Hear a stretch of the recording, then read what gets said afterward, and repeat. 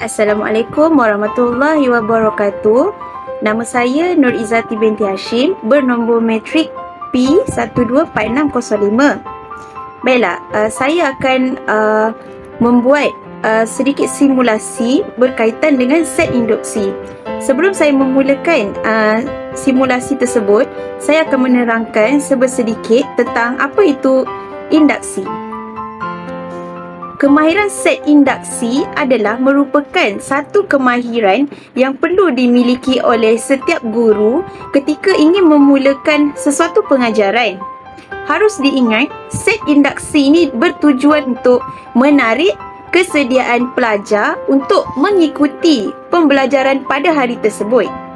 Sekiranya guru tidak berjaya untuk menarik perhatian dan kesediaan keseluruhan pelajarnya, bermakna wujud pelajar yang tidak akan mengikuti pembelajaran pada hari tersebut, walaupun jasadnya berada di dalam kelas, namun pemikiran dan mindanya masih lagi di awangan yang perlu diambil dengan tindakan segera.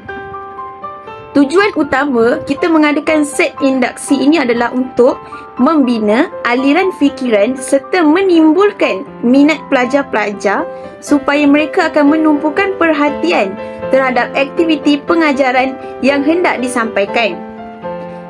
Bagaimanapun, oleh kerana tujuan set induksi hanya digunakan untuk membina aliran fikiran murid sahaja dan bukan merupakan salah satu bahagian isi pelajaran yang hendak disampaikan, masa peruntukan dalam pelaksanaan set induksi ini haruslah ringkas dan singkat, dan biasanya ianya tidak akan melebihi 5 minit dalam sesuatu pelajaran. Saya akan menerangkan sedikit tentang prinsip-prinsip panduan kemahiran set induksi. Okey, untuk mencapai tujuan set induksi ini, guru harus memahami dan mematuhi beberapa prinsip yang berikut. Yang pertama, aktiviti set induksi hendaklah sesuai dengan pengalaman, kebolehan dan umur murid. Yang kedua, aktiviti set induksi hendaklah dikaitkan dengan isi pelajaran yang hendak disampaikan pada hari tersebut.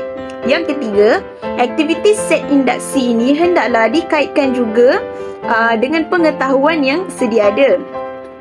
Yang keempat, aktiviti set induksi hendaklah dapat menarik minat dan perhatian para pelajar.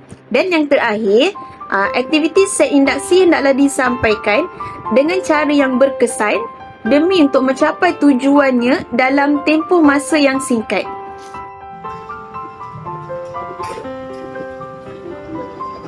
Okey, Assalamualaikum warahmatullahi wabarakatuh dan selamat pagi semua.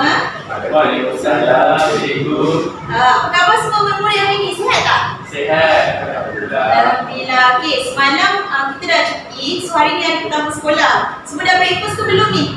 Dah. Dah. Breakfast apa tadi? Roti sadin. Oh, bagus.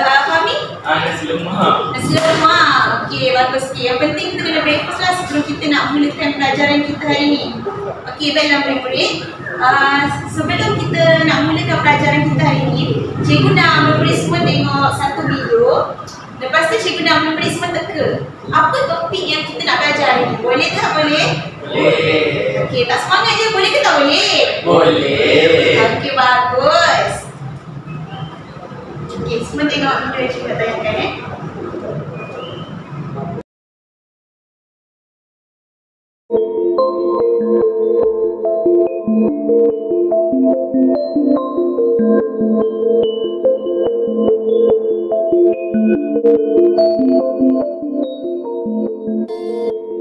Para meswara memilih Sungai Bertam kerana 4 sebab utama.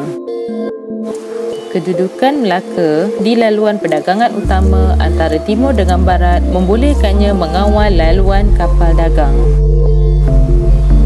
Bentuk muka bumi yang berbukit bukau sesuai dijadikan benteng pertahanan dan menjadi panduan kapal dagang.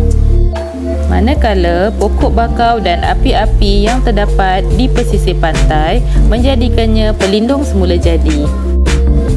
Selain itu, muara sungai yang terletak di Selat Melaka terlindung daripada tiupan angin monsun. Keadaan ini membolehkan kapal dagang datang berlabuh dengan selamat.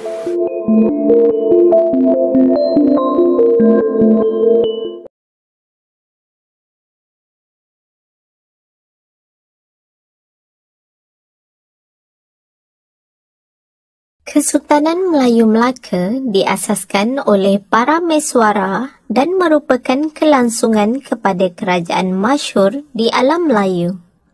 Perincian mengenai pembukaan Melaka telah anda pelajari semasa berada di tahun 4. Para mesuara merupakan seorang tokoh yang bijak. Perkara ini dapat dinilai menerusi kebijaksanaan beliau dalam memilih serta memanfaatkan lokasi yang strategik dan alam semula jadi yang terdapat di Sungai Bertam atau kini dikenali sebagai Sungai Melaka. Kebijaksanaan para mesuara memilih lokasi tersebut telah mendorong Melaka muncul sebagai pusat perdagangan antarabangsa. Kedudukan Melaka amat strategik kerana terletak di laluan perdagangan utama antara timur dan barat. Justeru memudahkan pengawalan laluan kapal dagang. Bentuk muka bumi Melaka yang berbukit bukau juga memberi kelebihan.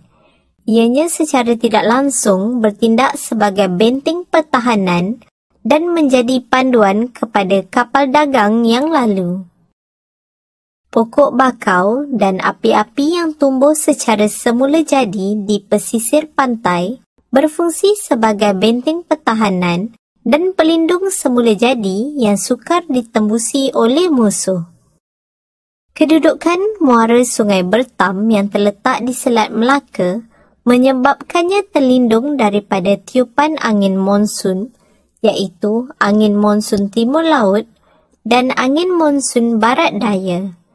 Justeru membolehkan kapal dagang ke pelabuhan Melaka dengan selamat. Berdasarkan perkara-perkara yang telah dipelajari, dapat disimpulkan bahawa pengasasan Melaka menunjukkan banyak manfaat yang diperoleh sekiranya kita menghargai dan memanfaatkan alam sekitar. Okey, semua dah tengok video tadi? Dah. Okey, berdasarkan video yang murid kena tengok, siapa boleh teka apa yang kita nak belajar ni? Saya. Okey, Ahmad silakan. Kita nak belajar pasal Melaka. Sejarah Melaka. Okey, bagus. Kurang tepat lah tapi boleh diterima. Ada lagi tak jawapan lain yang boleh tolong? Saya.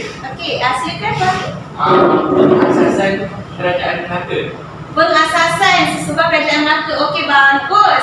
Saya hari ni bersemangat sangat. Okey, hari ni kita nak belajar tajuk tentang pengasasan sesebuah kerajaan Melaka.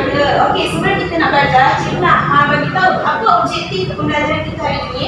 Yang cikgu harapkan murid-murid semua akan dapat lah apa yang kita nak dapat.